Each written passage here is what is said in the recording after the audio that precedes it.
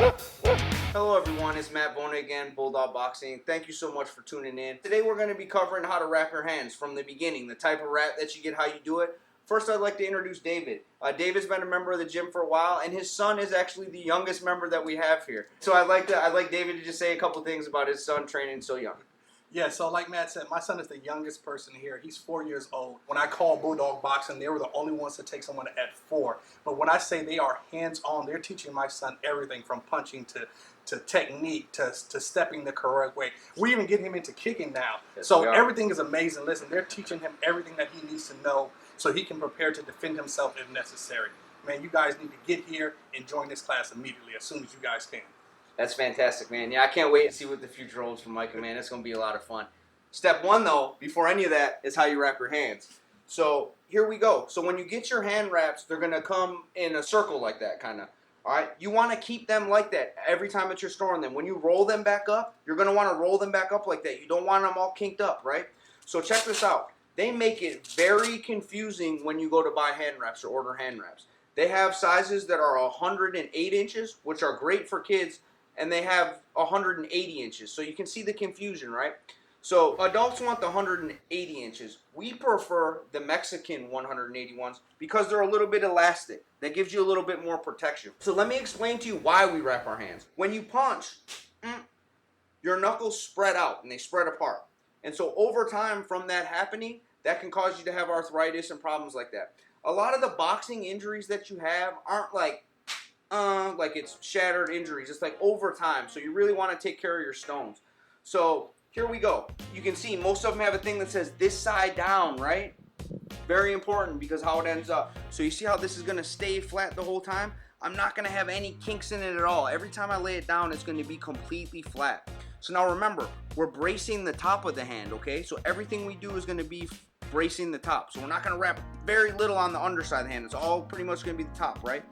Also, when you're wrapping your hands, you want to spread your fingers apart, especially with the elastic Mexican wraps, because we can wrap it tight, and then when you let your hands down, it's not as constricting, but it's still tight on there. Great stuff. So here's how we actually wrap our hands. So you see, most of them have something that says this side down, or it'll have it on the hand wrap or something. So that's the side you want to the skin. That's important how you end up. So we're going to start on the thumb, wrap that on the thumb, over the top and around the wrist. We're gonna go from there. We're gonna go over the top of the thumb. You can kind of like feel how it works around the thumb there. Again, completely flat to the thumb side of the hand. All right. From there, we're gonna go up over the top, of course, to the pinky side of the hand. We're gonna go twice there. And you see how we came up this way? When we come back, we're going back that way. And that kind of stabilizes your knuckle from going side to side, right? So we have the thumb, the wrist wrap, the thumb wrap, the knuckles protected, and it braced, right? So here we go. We come back. We go to the thumb side of the hand.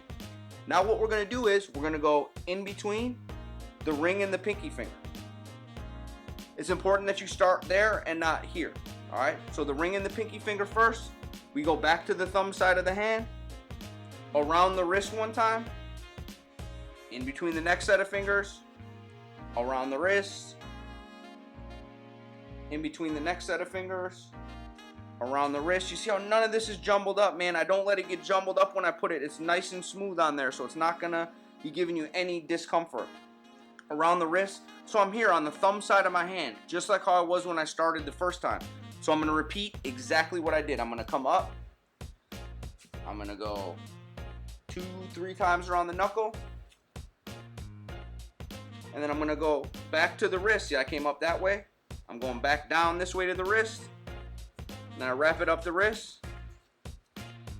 I like to take this side here after I'm done wrapping it and bunch this up so it's easier to grab. Grab that, David.